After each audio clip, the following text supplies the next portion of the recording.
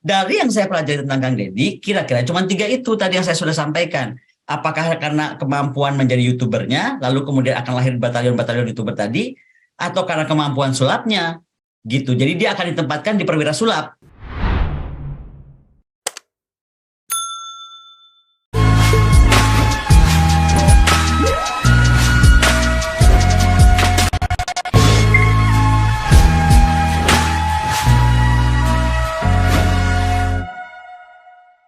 Tanpa sadar sebenarnya kita ikut berandil dalam kerusakan sejarah, dalam hal ini pengelolaan negara, dengan cara memberikan permakluman secara komunal pada peristiwa-peristiwa yang awalnya kita anggap sepele, tapi ternyata yang saya katakan tadi tanpa sadar itu menimbulkan kerusakan, setidaknya kerancuan bagaimana kita seharusnya memahami tentang mengelola negara itu seperti apa sih. Ada banyak peristiwa yang terjadi belakangan ini dan ada salah satunya yang berhubungan dengan internal TNI. Apa itu? Pemberian pangkat Letnan Kolonel tituler kepada seorang pesohor, seorang YouTuber hebat, orang memanggilnya Om Deddy Corbuzier dengan subscriber yang saya rasa sekarang sudah mungkin tembus 20 juta. Sebuah pencapaian sebenarnya, tetapi ketika kemudian dihubungkan dengan hal-hal yang berhubungan dengan teknis internal TNI, maka kemudian tidak sederhana. Untuk itu kemudian saya memilih untuk membicarakan ini karena ada banyak pertimbangan. Saya anak TNI, saya insya Allah sedikit memahami tentang soal TNI dan seluruh hal yang menyangkut dengan organisasi hebat ini. Saya harus menghubungi sahabat saya yang sedang berada di sebuah tempat yang sejujurnya saya cemburu sih. Sedang berada di Saint Petersburg, di Rusia. Koni Rahakundini Bakri. Entah sedang melakukan apa di sana, tapi saya yakin penting sekali sebab dalam kondisi yang tampaknya sudah minus di sana ini pada bulan Desember. Saya juga pernah berada di sana pada bulan Desember dan itu luar biasa dinginnya. Kita sapa dulu, Madam Koni. Yes, Monsieur. Jauh sekali, Mem. Jauh lah, aku lagi tugas penting dan ini tuh aku masih di Saint Petersburg, kakak. Tapi 1 jam, 2 jam ke depan aku akan geser ke perbatasan Finlandia. Jadi lebih dingin lagi. Di sini sekarang minus 14. Iya, dari Petersburg ke Finland itu cuma 2 jam naik kereta itu. Iya, ini perbatasan kan, jadi nggak sampai 1 jam 15 menit lah pakai mobil. Iya. Karena saya rapat Valdai. Jadi Valdai itu biasanya kita ditaruh di resort. Apa itu? Supaya Sejenis apa itu gerangan? Kenapa? Sejenis apa gerangan acaranya? Valdai Club itu adalah think tank dari seluruh dunia yang dikumpulkan Presiden Putin untuk memberi masukan tentang arah kebijakan Rusia ke depan, kira-kira gitu. Oh iya, hampir saya lupa. Ternyata Madam Kom ini adalah seorang penganut keras ura, ya kan? Ura berat.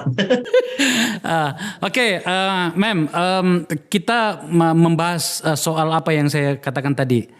Saya sendiri sudah membuka di Twitter saya ya. Coba tampilkan Twitter saya. Itu saya menulis begini sebagai pembuka saja dulu, Mem. Bapak saya operasi militer di Irian Barat, dulu namanya Papua, lengannya bengkok kena peluru ketika memberikan aba-aba kepada pasukannya. Kemudian operasi di tim-tim yang sekarang bernama Timur Leste dan dapat bintang Seroja. Hingga wafat berpangkat Sertu. Salah satu pangkat terbawah dalam TNI. Kami bangga padanya dan seorang pesohor tiba-tiba dapat pangkat Letkol dari Menhan Prabowo, Panglima TNI dan Kasat. Saya agak sedikit sinis di bagian bawahnya, saya katakan negeri suka-suka, kita akan perdebatkan nantinya. Terus yang Twitter yang kedua saya katakan menjaga psikologis pasukan TNI di perbatasan negeri yang sepi, minimnya rumah TNI yang layak, purnawirawan TNI yang kesulitan bertahan hidup hingga rasa tak adil perlakuan negara pada institusi lain sangat penting saat ini. Itulah alasan kenapa pangkat letnan kolonel tituler itu saya anggap canda yang berlebihan. Madam Connie juga sudah bersikap, ada kita dapatkan link beritanya. Nah, saya mau tanya dulu, Ma'am. Yes. Sebelum kita masuk pada wilayah yang lebih filosofis, karena sebenarnya saya lebih memilih berdebat soal hal-hal yang tidak tertulis dari keriuhan ini, karena saya yakin selalu ada penjelasannya. Nanti saya akan tampilkan juga nantinya. Tapi saya melihat dulu dari sudut pandang seorang analis utama, analis militer dan pertahanan, Madam Connie. Apa pendapatmu menyangkut ini, Ma'am? Pendapat saya pertama, selamat dulu lah kepada Pak Deddy Corbuzier atas apa yang disampaikan Pak Kakak Akbar tadi, canda yang berlebihan. Terlepas itu kita kasih selamat dulu. Tapi memang ini saya sih akan bicaranya ini langsung aja kepada hal yang berat ya. Ya. Karena ini bukan main-main, ini sebuah hal yang sangat serius karena apapun kepangkatan yang diberikan itu diatur dalam Undang-Undang Pasal 27 Undang-Undang 34 tahun 2004, ya kan? Intinya bagaimana aturannya itu adalah harus selektif dan diberikan secara terbatas. Jadi aturan pemberian pangkat tituler itu harus selektif dan diberikan secara terbatas. Jadi kata kuncinya itu selektif dan terbatas. Maka pertanyaannya, apakah Menhan ini bolehkah gitu kan menetapkan seseorang diberi pangkat militer gitu kan? Itu baru dari pertanyaan Menhannya ya. Kemudian kedua, apakah Menhan tidak paham gitu bahwa perundangan-undangan terkait ini adalah di tangan wewenang Panglima TNI atau bagaimana ceritanya gitu kan? Karena kalau ini yang terjadi, maka buat saya sih lebih kesian kepada beliaunya ya, kepada penerima, khususnya kepada Pak Deddy Corbuzier. Kenapa? Pertama, akan berlaku kepadanya hukum militer, pasti. Ya. Kedua, dia memang akan mendapatkan tunjangan, akan mendapatkan perawatan, akan mendapatkan semua landasan hukum terkait pangkatnya di organisasi TNI.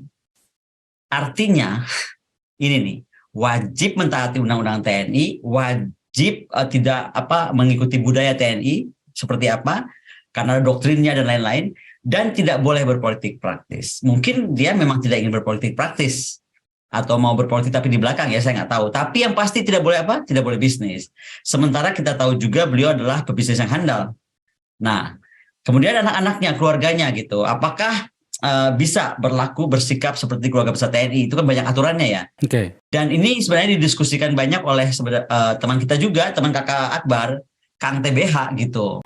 Jadi itu concern-concern yang sebenarnya kita mesti pikirkan dan sebenarnya membawa pertanyaan, ada urgensi apa ya gitu. Dan kenapa setinggi itu? Maksudnya gini, itu kan kalau baca undangnya bisa dari sersan 2 ya. Kenapa tiba-tiba bisa ke perwira menengah? Karena gini Kakak Akbar, saya harus terang bilang ya, saya itu ditelepon banyak keluarga besar TNI, baik yang mantan bintang 4. Ya. Jadi kalau bintang 4 udah tahu dong kira-kira mantan apa kan? Ya. Terus sama, saya juga ditelepon mereka gitu. Nah, para perwira aktif pada ngomong Bu Connie katanya ini gimana kok bisa begini ya gitu loh. Nah jadi saya pikir kita harus bahas ini karena sekali lagi kita harus mengerti, membuat masyarakat mengerti karena pemberian pangkat tituler itu selain tadi Undang-Undang 34 tahun 2004 juga diatur dalam Undang-Undang nomor 39 tahun 2010 ya kan. Tadinya tuh ada pangkat efektif, pangkat lokal dan kemudian pangkat khusus yang bersifat sementara, kemudian terakhir baru pangkat tituler. Tetapi kemudian ini disederhanakan lagi atau disimpelkan lah kepada undang-undang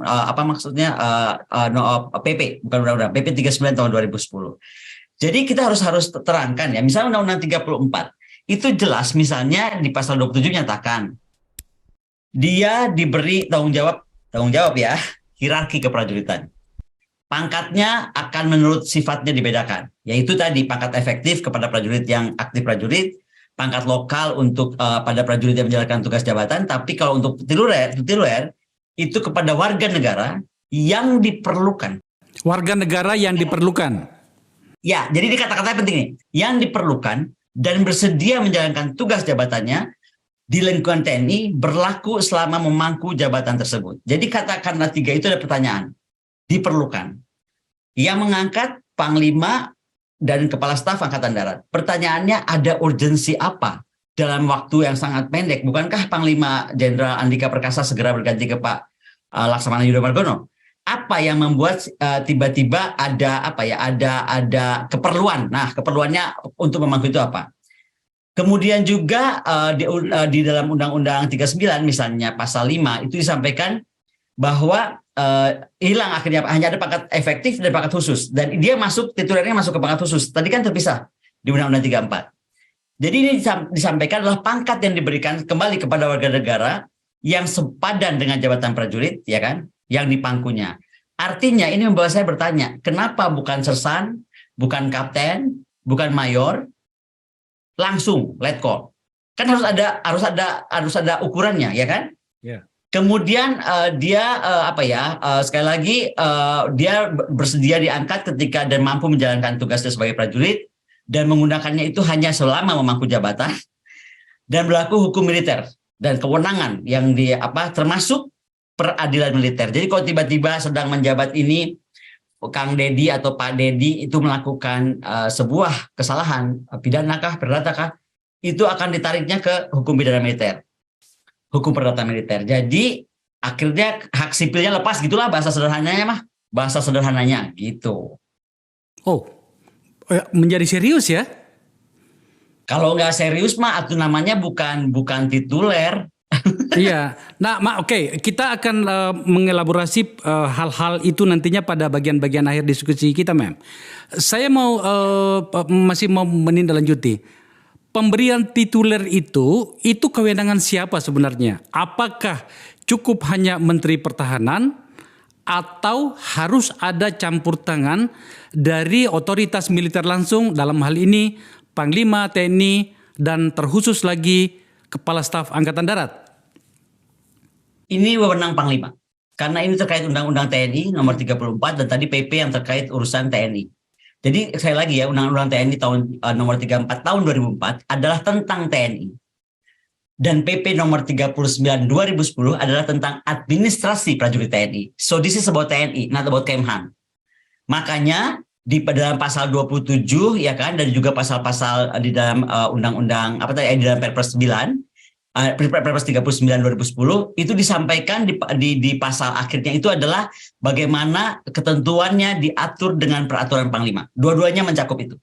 Jadi ini tanggung jawabnya Panglima. Cuman kan pertanyaan tadi saya bilang, Pak Andika ini kan tinggal beberapa hari lagi kalau bisa dibilang, betul nggak, menjabat Panglima TNI? Karena kan sudah hasil fit proper test sudah menunjuk ini kepada Pak Yudho Margono. Bahkan kalau saya tidak salah DPR sudah memberhentikan ya? Itu saya nggak tahu lah. Pokoknya buat saya belum sertijab, belum kelihatan muncul begitu. Kita anggap saja masih Panglima, anggap saja ya.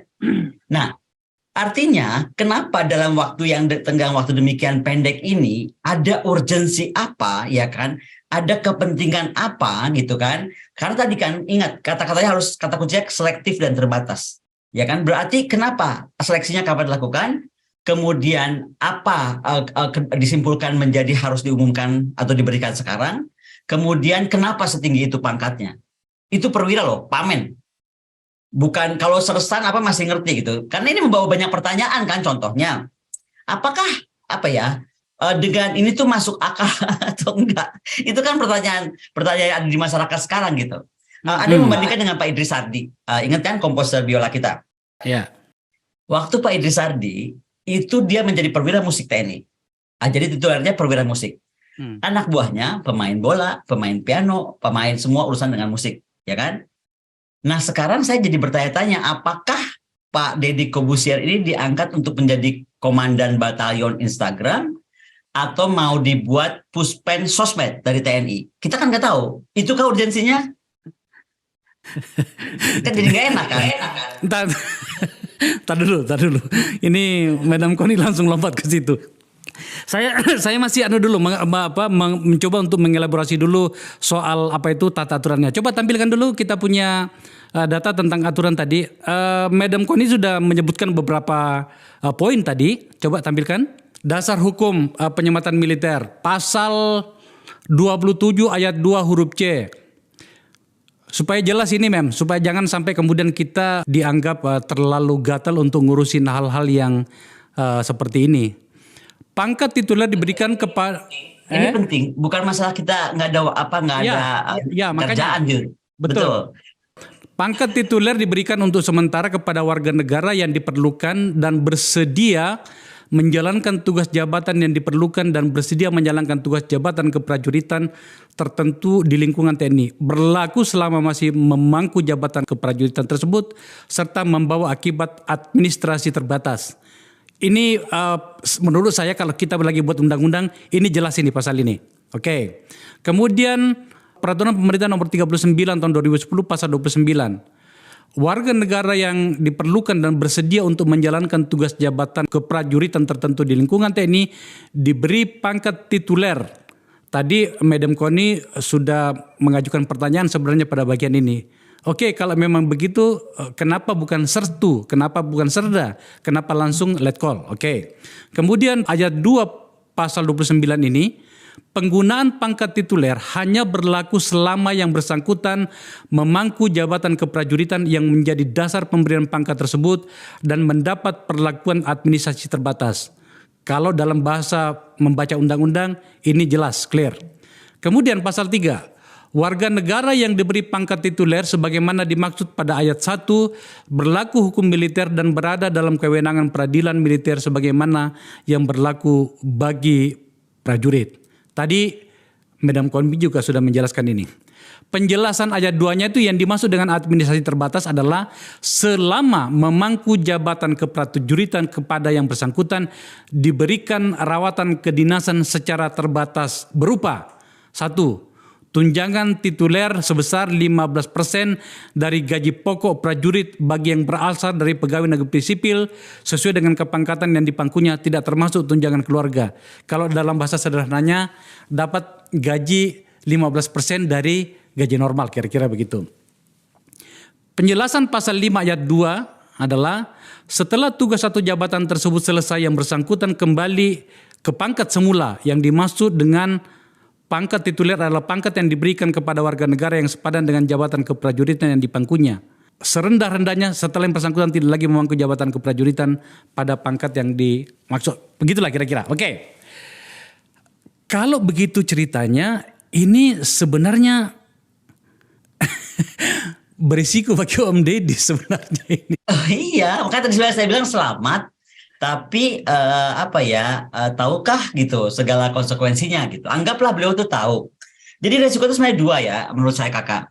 Satu ke Pak Dedinya, ya kan, dia akan harus merubah cara dan budaya kehidupannya itu kayak udah pasti.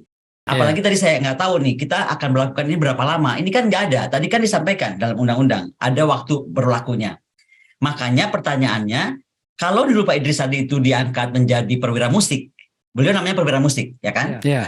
Maka nggak enak bahasa saya. Apakah sekarang ini menjadi perwira sulap atau perwira sosmed gitu, atau apa? Karena sekali lagi saya hanya ingin mengerti urgensinya, gitu kan? Ada yang nyeleneh misalnya mau WA saya gitu kan? Atau ini urgensi mau persiapan 2024? Ya kalau itu saya mau jawab aja, ngono yang ngono, tapi ojo ngono gitu loh. Karena masyarakat itu kan berpikirnya jadi kemana-mana kalau nggak ada penjelasan. Ya, makanya sebenarnya itu juga yang membuat kita menunggu penjelasan itu. Kementerian Pertahanan sebenarnya sudah itu membuat jawaban ya, meskipun belum terlalu masif. Tetapi gini loh, saya masih mau melanjutkan yang tadi itu. Kalau memang ternyata ini adalah kewenangan Panglima TNI, kenapa kemudian Menteri Pertahanan yang harus mengambil inisiatif untuk memberikannya? Atau itu biasa saja? Enggak, jadi gini, buat saya waktu saya kan kebetulan sedang terbang di sini kan waktu itu diberikan. Ya. Jadi pertama ini kan reaksi saya pertama. Ini kayak cosplay gitu. Satu pakai baju macam Soekarno, jadi kayak Soekarno wannabe. Satu sudah pakai baju tentara hijau, menurut aku macam Hulk wannabe look gitu. Kayak Hulk gede kan pakai baju hijau gitu. Jadi itu yang pertama melintas, ini kok kayak cosplay. Kemudian saya cek kan, apa sih alasannya gitu. Ya kan? Saya digging lagi, kenapa ya itu bisa diberikan dan lain-lain. Tapi kembali itu tetap membawa pertanyaan. Apa, kenapa, siapa yang menentukan itu harus jadi letkol? Oke. Karena saya kan ngajar di Sesko, kakak. Kakak tahu kan? Ya. Saya ngajar Sesko TNI AL, TNI AD, TNI AU, dan Sesko TNI. Bayangkan itu yang beberapa mengontak saya bilang begini, Bu katanya, Bukankah Ibu tahu kita itu harus sekolahnya banyak banget loh Bu, katanya, untuk mencapai pangkat tersebut. Hmm. Jadi ini kan jadi pertanyaan bukan saja di kaum sipil, ya kan, seperti kita, tetapi juga even di lingkungan militer yang aktif loh, jangan salah. Gitu. Karena gini, kalau hubungan dengan, oke, anggap kita positive thinking. Kita tuh lihatnya, oh ini Pak Prabowo sedang mengembangkan Komcat, bela negara. Dan Pak Dedi itu adalah duta besar dari Komcat atau bela negara atau apapun lah namanya, saya nggak tahu, bukan duta besar apa namanya, atau influencer atau apa. Tapi kalau kita lihat sebenarnya dengan pangkat seperti itu banyak sekali perwira-perwira kualifikasi komando yang bisa memimpin pasukan infanteri komandan cadangan. Makanya akhirnya saya bertanya begini, pertanyaannya Pak DC ini membawahi siapa ya? Diangkat oleh Jenderal Dudung ini sebagai apa? Dia membawahi siapa? Perwira buzzernya Pak Dudung kah? Karena Pak Dudung kan pernah kita alami menggunakan buzzer tentaranya gitu kan? Atau menjadi perwira buzzer Menhan? Kalau itu saya bisa ngomong karena saya waktu sedang berseteru tentang 1.700 triliun waktu dengan kakak itu rame, saya diserang buzzer dari Kementerian Pertahanan lah, itu confirm. Yang mengkonfirm saya pada sekolah langsung, jadi ini bukan gosip ya, confirm saya digunakan buzzer. Nah, jadi saya mau tanya tuh begitu, apa urgensinya? Apakah tadi ada urgensi dari Kepala Staf Angkatan Darat menggunakan pasukan infanteri komponen buzzer atau apa gitu? Ini kan yang mesti dijawab. Tunggu dulu, kenapa Madam Komi menyebut Pak Dudung? Kan yang memberikan ini adalah Panglima TNI. Iya, tapi kan dia pakai bajunya Angkatan Darat. Berarti kan yang memberikan juga Kepala Staf Angkatan Darat. Kan nggak mungkin Panglima TNI mengambil langsung itu, pilih warna daratkah, lautkah, birukah, udarakah, kan enggak. Oh gitu ya. Artinya sebenarnya dalam konteks let call tituler untuk Mas Dedi ini sebenarnya itu adalah tanda petik kesepakatan 3 pihak ya. Kesepakatan 3 pihak dan semuanya Angkatan Darat. Lah ya, Kementerian Pertahanan, Panglima TNI dan Kepala Staf Angkatan Darat. Kira-kira gitu ya? Kira-kira beginilah. Kita bisa lihat latar belakang Pak Prabowo itu kan Angkatan Darat. Dia sekarang kebetulan menjadi Menhan. Panglima TNI kita Jenderal Andika Perkasa Angkatan Darat, ya kan? Yang sebentar lagi akan berganti kepada Angkatan Laut. Kemudian yang Kepala Staf Angkatan Darat ya jelas Angkatan Darat, ya kan? Nah, Pak Dedi diberikan Angkatan Darat. Jadi menurut aku nih, kenapa Angkatan Darat, ya kan? Ada apa? Makanya kan saya jadi berpikirnya, jadi kita kan harus melatih pemikiran kita, ada apa negara ini memerlukan, tiba-tiba tadi apakah mau bikin, saya nggak main-main, apakah mau bikin batalion Instagram, batalion YouTuber, atau apa gitu. Karena jabatannya tadi ya, kecuali jabatannya nggak setinggi itu. Karena begini, saya terus mikir lagi, apa karena lebih bagus, karena Kak Dedi itu jago sulap loh. Sebelum beliau menjadi YouTuber sukses, sebelum menjadi artis terkenal, atau apapun, beliau itu kan terkenal sebagai pesulap. Saya masih berpikir positif. Mungkin Pak Dedi ini akan disuruh melatih Komcat kita, ya kan? Komcat kita kan banyak banget tuh. Targetnya Pak Prabowo udah berapa? 20.000, 100.000, ya kan? Supaya bisa sulap swing. Ada musuh datang, tank bisa hilang. Senapan bisa hilang. Pesawat tempur hilang. Kapal selam hilang gitu. Terus, wah kalau itu mah jangan cuma let call. Bintang 4 sekalian. Keren dong. Itu maksud aku. Jadi I just want to know why, gitu kan? Gitu. Atau prajurit bisa berubah jadi pohon. Gitu kan keren. Gak bisa ngomong saya. Beneran enggak, ini kan ngobrol. Iya, tunggu dulu. Ini memang tituler ini hanya Angkatan Darat yang mengeluarkannya, atau pernah nggak Angkatan Laut dan Angkatan Udara juga memberikan? Pernah dong. Kakak kayaknya punya datanya dari tadi udah keluar. Coba tampilkan yang sudah menerima tituler. Nah, ini sederet warga sipil yang terima pangkat tituler. Tituler Angkatan Darat itu adalah Paku Alam 6, Paku Alam 7 dan 8, kemudian Mangkunegara 7 dan Mangkunegara 8. Kemudian Pak Nugroho Noto Susanto, mantan Menteri Pendidikan Nasional. Kalau saya tidak salah ini diberikan dalam kapasitas sebagai seorang sejarawan TNI kalau nggak salah. Kemudian Suryadi Suryadharma. Ini Suryadi Suryadharma bukan Angkatan Udara ya? Udara itu udara. Suryadi Suryadharma udara, Komodor. Tetapi dia mendapat tituler Angkatan Darat ya? Nah itu kita mesti cek lagi kenapa. Iya, kemudian Pak Kubuwono 10 dan 12, Hamengkubuwono ke-8 dan 9, kemudian Kolonel tituler Melancon Sirega, kemudian Kiai Haji dari Plender, ke-14 Tengku Muhammad Dadbreh dari Aceh, karena waktu itu berjuang di Aceh, kemudian Letnan Kolonel Tituler Idris Ardi, kemudian Tengkunya Arif, Letnan Kolonel Tituler Deodatus Andreas, dan yang terakhir Letnan Kolonel Tituler Dedi Cahyadi Sunjoyo alias Deddy Corbuzier. Di Angkatan Udara itu ada Letnan Kolonel Tituler Vira Nugraha Paranta Sukmano dan Tituler Dodi Darmawan, Hilman Ngura, Ludwig Bayu, semuanya pangkat Letnan Kolonel. Keempat orang ini diberikan karena merupakan pilot Garuda Indonesia. Dari sini kemudian kelihatan tampaknya memang lebih banyak dari Angkatan Darat yang Mem. Banyaknya Angkatan Darat, tapi kalaupun itu kan kita harus tahu waktu itu kenapa. Contoh misalnya Pak Sudadi Sudadarma. Beliau adalah Angkatan Udara ya kan? Tapi kenapa masuk? Berarti kan melakukan sesuatu untuk Angkatan Darat. Misalnya, saya sekali lagi belum cek ya. Misalnya apakah melatih angkatan para penerbang Angkatan Darat? Kan bisa aja. Ya. Gitu. Itu salah satu contoh. Sekali lagi karena saya lagi di sini dan lagi kebetulan padat acara saya, jadi saya nggak bisa cek dengan cepat siapa mereka itu dan kenapa diberikan. Tetapi kembali pertanyaan kita kan sekarang kepada tadi, kita kan harus balik ke aturan, ya kan? Ke aturan yang tadi saya sampaikan, bukan nggak boleh monggo aja, malah kalau perlu tadi bintang 4 kok, kalau memang bisa ngilangin orang jadi pohon, ngerubah kapal selam jadi burung gitu kan, lucu. Tapi menurut saya itu ada selektif dan terbatas, itu yang saya ingin kejar. Maksudnya begini loh, saya banyak sekali dapat telepon, termasuk dari Kang TBH, Tubagus Hasanuddin, yang juga mempersoalkan ini gitu. Artinya kan beliau tuh tentara loh dan anggota dewan. Ya. Ya kan? Jadi kalau beliau saja bingung, apalagi saya, apalagi Kakak Akbar gitu. Makanya sebenarnya kita harus meminta dengan sangat hormat, Panglima TNI Andika Perkasa itu mungkin bisa menerangkan dalam keterbatasan apa atau batas-batas apa yang dia buat, kemudian bagaimana hal-hal selektif yang beliau juga lakukan, ya kan? Yang kemudian menjadikan Pak Deddy Corbuzier menjadi letkol. Misalnya saja, kalau cuman tadi Kakak bilang soal ini ya, follower. Ya.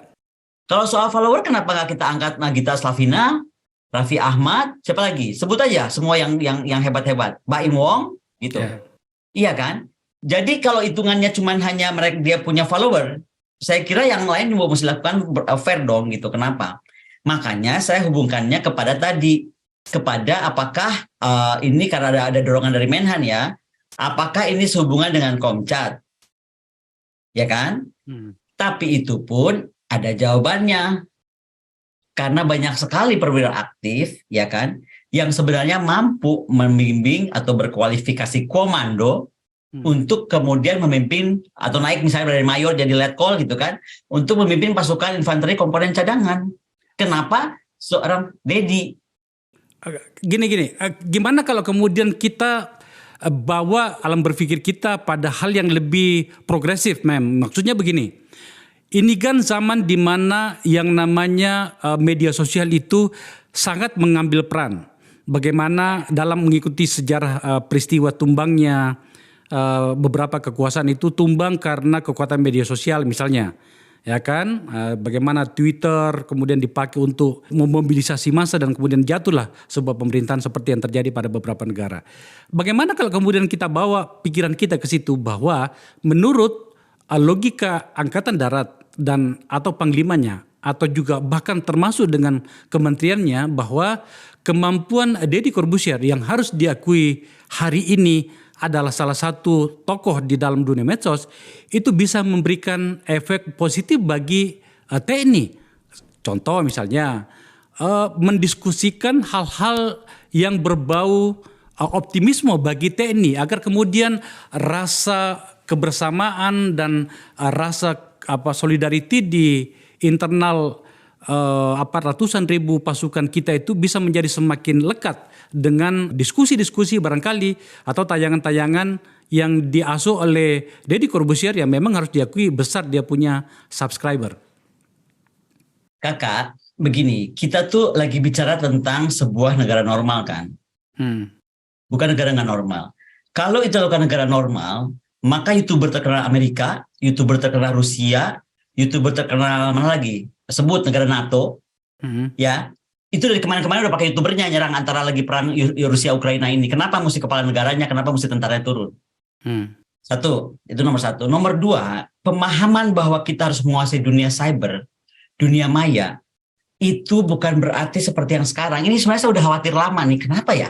Kita ini kayak Kementerian Pertahanan, kayak angkatan, kok banyak sekali malah lebih menganggap bahwa kalau ada berita apapun, kalau ada isu apapun, maka kewajiban mengcounter atau menyebarkan itu menggunakan media sosial. Media sosial is one thing dan paling rendah daripada kemampuan yang harus dimiliki TNI dalam kemampuan cybernya. Komen, kontrol, segala macam surveillance-nya itu. Jadi ini jauh sekali kakak, jauh sekali. Jadi gini, kita bisa saja, dan aku bukan berarti kita nggak berpikir konstruktif atau positif ya. We are. Tapi kan ada pertanyaan basic yang saya tadi tanya. Urgensinya apa dikeluarkannya sekarang? Ada apa? Oke. Iya kan nggak ada yang bisa jawab. Dan kenapa pangkatnya setinggi itu? Makanya saya berpikir positif. Satu, mau buat batalion Instagram. Dua, mau bikin lagi batalion tempur YouTuber, ya kan? Atau tiga tadi, dia akan memegang satuan, namanya satuan sulap. Ketika kita terjunkan ke Natuna kah, ke nanti Asmor Reef kalau memang jadi ramai beneran, ya kan? Misalnya. Itu kemudian bisa tadi nggak usah pusing-pusing. Nah, kalau itu seru, anggaran pertahanan nggak usah besar. Kang Deddy jangan cuma megang satu batalion, seluruh batalion darat laut udara dipegang dong. Jadi seru tuh, bisa hilang, pesawat tempur hilang, kapal selam hilang, orang jadi pohon atau jadi kodok gitu kan, lucu. Nah itu yang saya ingin tahu. Kalau itu mah kita dukung habis, atau saya dukung habis, jangan cuma let call, bintang 4 sekalian. Nah iya, gini loh. Setelah mengikuti banyak diskusi menyangkut ini, termasuk di Twitter saya itu luar biasa itu. Karena kata-kata kakak bagus banget kak. Tadi kakak itu menyinggung soal orang kakak terutama ayahanda ya, yang berjuang dan tetap pangkatnya saya tidak lompat ya kan, secara langsung gitu, secara revolusioner. Yeah. Dan banyak kak, kita lihat ya, guru-guru di pedesaan, tenaga kesehatan di pedesaan yang sudah berpuluh-puluh tahun, malah berbelas-belas tahun, itu kan akan bertanya. Kemudian contohnya siapa? Misalnya ada mayor dari Kemhan, ya untuk dapat let call dia harus pindah ke Ambon misalnya. Ya kan? Dari Kemhan yang nyaman, dari Medan Merdeka tiba-tiba di Ambon di pelosok. Itu pun bertahun-tahun belum naik pangkatnya untuk mengajar let call saja gitu. Padahal sekolahnya sudah kemana. Itu contoh. Saya nggak perlu sebutkan satu persatu lah, karena banyak. Dan sekali lagi, makanya saya mau kita ketemu pagi ini, saya di St. Petersburg pun menyempatkan. Karena kekhawatiran, kegelisahan, itu saya terima dari beberapa WhatsApp dari para perwira aktif, dari mantan mantan bintang 4, dan juga dari mantan bintang 3, misalnya Pak Kang TBH gitu. Ya, tapi tadi saya mau katakan begini, saya kadang-kadang merasa kita cukup fair kepada Deddy ya. Kan Deddy dalam hal ini hanya menerima saja. Dia tentu saja memang punya hak tolak untuk itu ya. Tetapi maksud saya adalah dia yang diberikan. Tak elok misalnya, sebab apalagi dibawa dalam karakter ketimuran kita, tak elok rasanya diberikan penghargaan dan kita tolak. Kita sudah cukup fair kepada Deddy dalam hal ini, Madam? Saya kira sudah cukup fair. Tadi yang kita kasih selamat. Kedua, kita ingatkan tentang kewajiban yang akan mengikuti Kang Deddy dengan semua aturan yang tadi ada di undang-undang, baik undang-undang tadi 27 maupun undang-undang TNI 34 maupun juga pasal 27 ya maksudnya. Dan sekali lagi bagaimana kemudian PP nomor 39 tahun 2010. Karena kembali kita kasih selamat, tapi kita juga harus tahu ya kan, apakah Kang Deddy paham tentang hukum militer yang harus ditanggung? Misalnya beliau melakukan sesuatu, apakah tadi juga keluarganya siap? Apakah dia juga mengikuti aturan tidak boleh berbisnis, tidak boleh berpolitik gitu kan? Dan ada budaya keluarga TNI yang kita semua tahu apalah, ya kan? Banyak hal diatur sebenarnya tidak terucap tapi diatur ketat di TNI itu. Apakah keluarganya siap gitu? Sekali lagi ini latar belakangnya artis ya, latar belakangnya orang yang selalu tampil dengan apa adanya lah, kira-kira begitu, atau glamor, atau pakai nyentrik. Kang Deddy misalnya, mungkin nggak bisa lagi pakai baju kutung-kutung mungkin, kalau merasa itu ada di menjadi bagian dari keluarga TNI gitu. Iya, makanya saya kalau ketemu sama Deddy nanti aku tak beritahu, Deddy, daripada kamu repot gara-gara ini, sebab tampaknya ya namanya juga TNI ya, penuh dengan tata aturan ya. Sebagai keluarga TNI tentu saja saya sangat paham soal ini. Itu nggak boleh ada satu kesalahan sedikit pun. Itu yang namanya semir sepatu itu satunya kilap, satunya tidak, itu jungkir 20 kali itu. Nempel tanda pangkat kakak. Nempel tanda Iya. pangkat tuh mesti presisi gitu. Betul gitu. Makanya saya katakan tadi apakah kita cukup fair pada Dedi, dan tadi Madam Koming sudah menjawab. Sekalian saya mau tanya soal kemampuan tempur kita untuk wilayah modern seperti ini. Apakah sebenarnya kemampuan pertahanan TNI kita sudah sampai pada hal-hal seperti ini, Madam? Yang saya maksud adalah Maksudnya gimana bagaimana hal seperti ini? kemampuan dalam hal menghadapi perang propaganda melalui media sosial dengan seluruh perangkat teknologinya. Kita sudah siap nggak sih sebenarnya? Tujuan dari pertanyaan ini begini, keterkenalan seorang Dedi itu adalah satu hal, tetapi secara kesiapan perangkat berikut dengan tata caranya itu, kita sudah cukup bisa diandalkan nggak?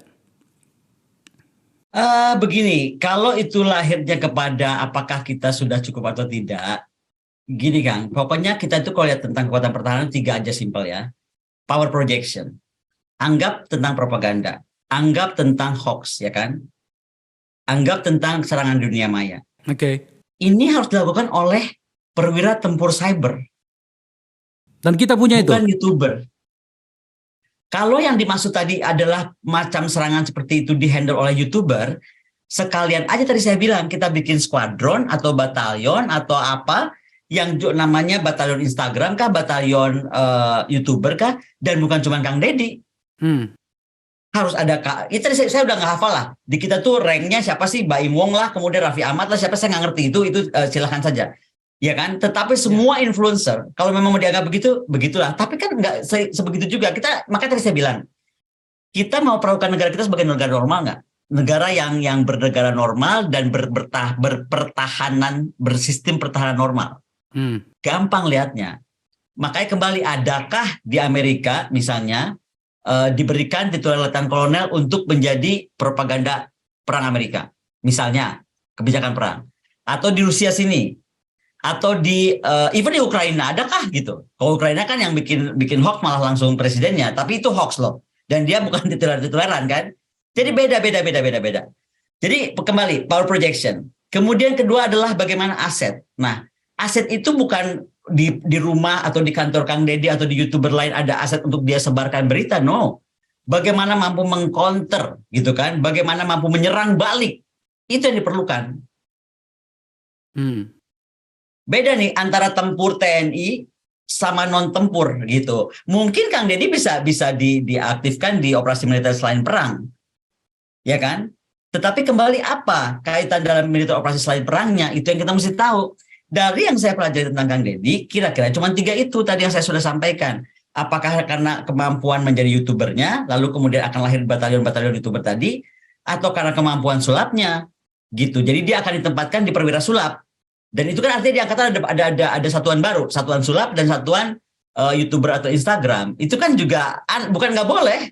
Di negeri ini kan kayaknya semua sudah boleh sekarang ya, Kakak. Mohon maaf kalau saya salah. Iya. Ya kalau memang boleh, kenapa? Makanya gini, kalau memang mau gila dan ciptakan sesuatu yang baru, kan nanti ada yang jawab gini, memang nggak ada di Amerika bukan, emang nggak ada di Rusia. Terus kenapa kalau kita mau? Ada yang jawab begitu dong pastinya. Iya, pasti itu. Ya sudah, tapi jangan nanggung gilanya gitu. Kalau gila sekalian, jadi seru. Kita juga jadi nggak terheran-heran gitu kan. Ya tentu saja berbeda antara cyber, ANSI dan berikut dengan media sosial ya. Tapi jadi ini maksudnya propaganda Kakak. Kalau Kakak maksudkan ke sana, ini namanya perang propaganda. Iya, makanya maksud saya adalah pertanyaan saya tadi adalah apakah TNI kita telah siap untuk itu? Perang propaganda so far aku bilang tuh siap, tetapi siap dalam arti cuman kita tuh kan ini sebenarnya bukan salah TNI-nya. Kita itu sistem pertahanan itu masih defensif. Padahal berulang kali saya bilang, dalam perang modern itu nggak ada yang defensif lagi. Doktrin pertahanan mesti berubah ofensif.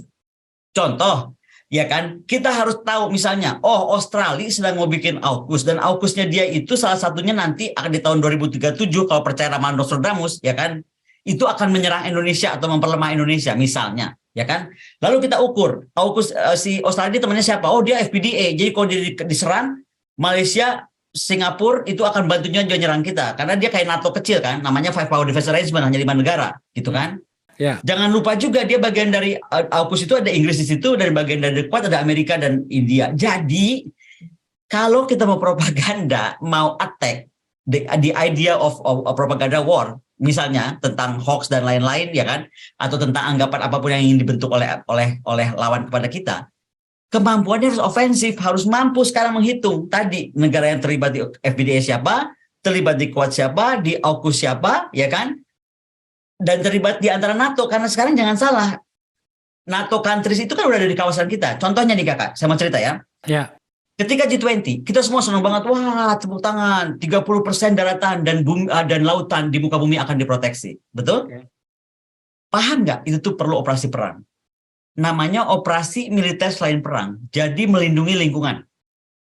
Pertanyaannya, siapa yang akan bilang itu daerah rusak karena tidak bisa kita rawat, atau daerah ini bagus karena kita bisa rawat? Jangan-jangan mereka hanya cari alasan untuk masuk ke kawasan kita, menguasai sumber-sumber daya dan sumber keamanan dunia, environment dunia, atas nama ketidakmampuan kita. Nah, inilah yang kita perlukan counter. Bukan cuma propaganda, tapi tuh attack counternya gitu loh. Ceritanya bisa panjang, jadi nggak cukup jadi YouTuber gitu lah. Saya mau cuma bilang gitu, ada sekolahnya, udah gitu aja deh. Susah banget neranginnya. Yang tadi saya bilang letkol itu mayor, letkol segala macam itu kudu sesko gitu kan. Nah, kalau memang Kang Deddy dipilih dan tidak harus sesko, apa keahliannya? Saya sih positive thinking, tadi udah saya sampaikan. Gitu.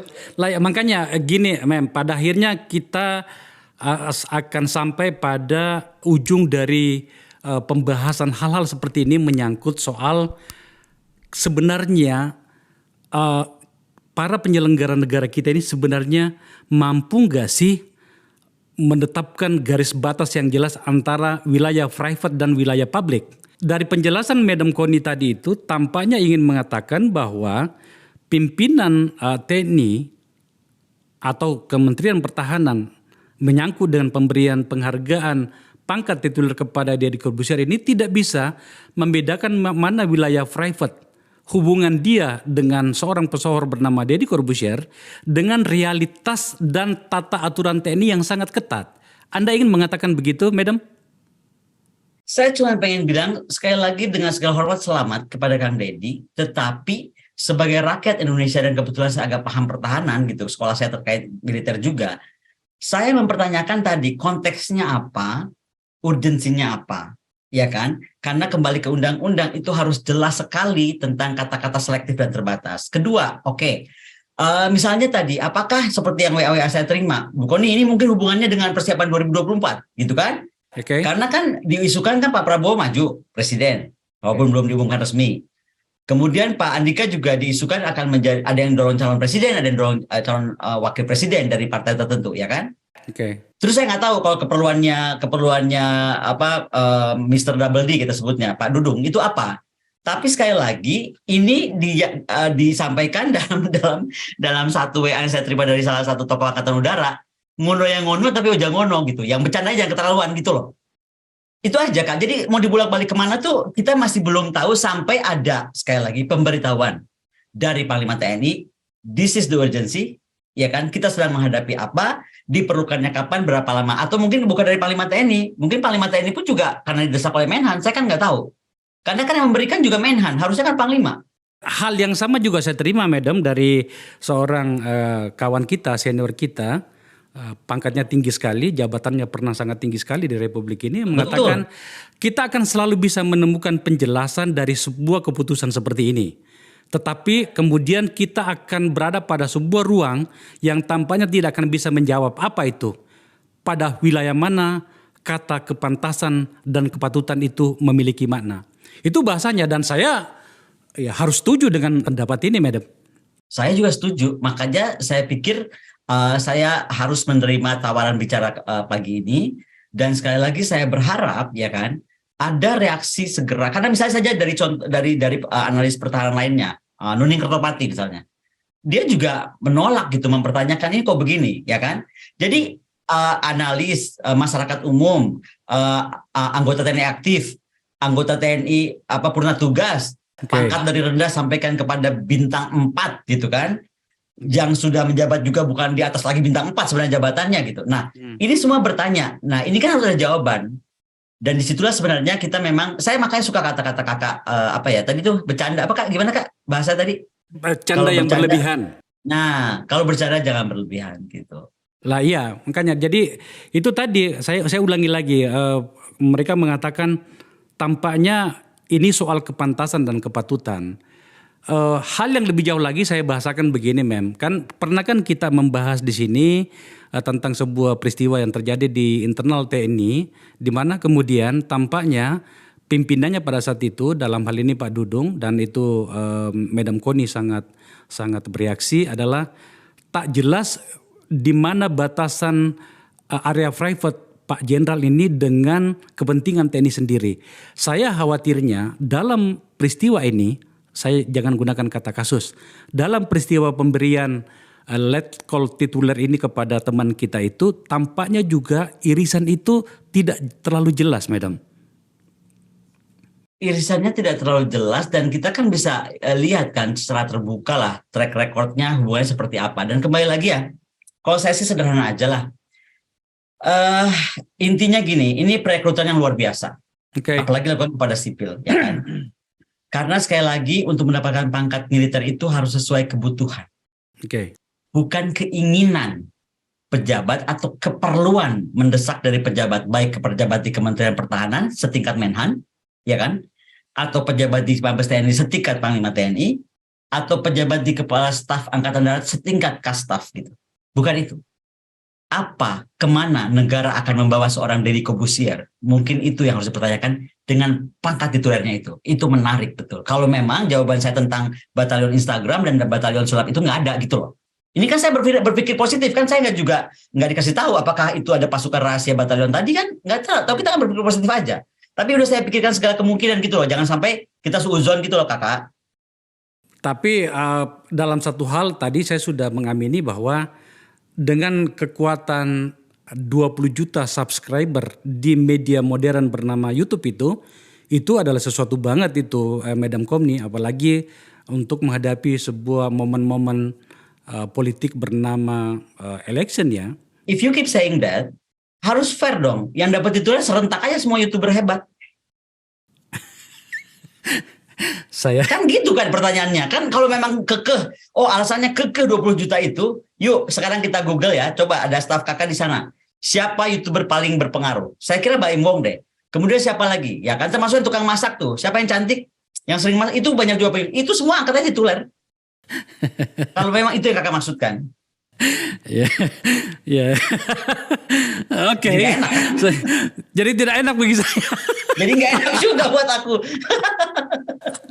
Oke, tapi itulah Madam Koni, kenapa sampai saya angkat ini ada banyak pertimbangan bagi saya. Tentu saja selain sebagai saya anak militer ya, saya orang anak tentara, saya lahir di tangsi militer dengan pangkat rendah bapak saya, tapi dengan catatan pengabdian kepada negara ini yang menurutku lumayan lah gitu ya. Tapi terlepas soal itu, saya tidak ingin membawanya pada wilayah private. Saya ingin menggarisbawahi bahwa jangan sampai kemudian area private itu dibawa pada sebuah area yang lebih luas bernama TNI berikut dengan seluruh tata aturannya yang sangat ketat itu. Sebab itu tidak menyenangkan bagi semua orang, terutama bagi pasukan TNI kita, baik yang aktif maupun yang purnawirawan itu, Kakak Koni. Kakak bilang tadi soal kata tidak menyenangkan, itu kurang tepat kakak, izin. Ini kita bicara tentang institusi garda terdepan bangsa. Oh ya. Yang harus kita jaga betul ya kan. Ketika keriuhan terjadi yang lalu-lalu ditambah hari ini gitu kan. Dan kemudian membuat mereka semua bingung termasuk kita. Something very wrong happen, pasti. Dan yang very wrong-nya apa itu yang harus kita betulkan dan berharap segera ada klarifikasi dari Kementerian Pertahanan, dari Panglima TNI Andika Perkasa, dan juga Kepala Staf kita. Karena sekali lagi dengan segala hormat selamat untuk kakak Deddy Corbuzier, tetapi bolehkah kami rakyat biasa tahu urgensi apa yang terjadi, mau diarahkan ke satuan mana kakak sebagai Letnan Kolonel tadi. Itu penting kita tahu.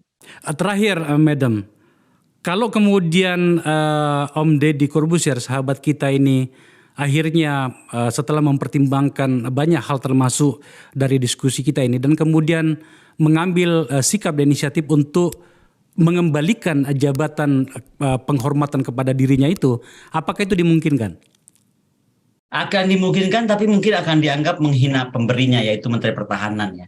Jadi kalau saya pikir dia akan cari exit door. Dan biasanya cari exit door ini Kakak Dasko. Bisa diteleponnya Kakak Dasko.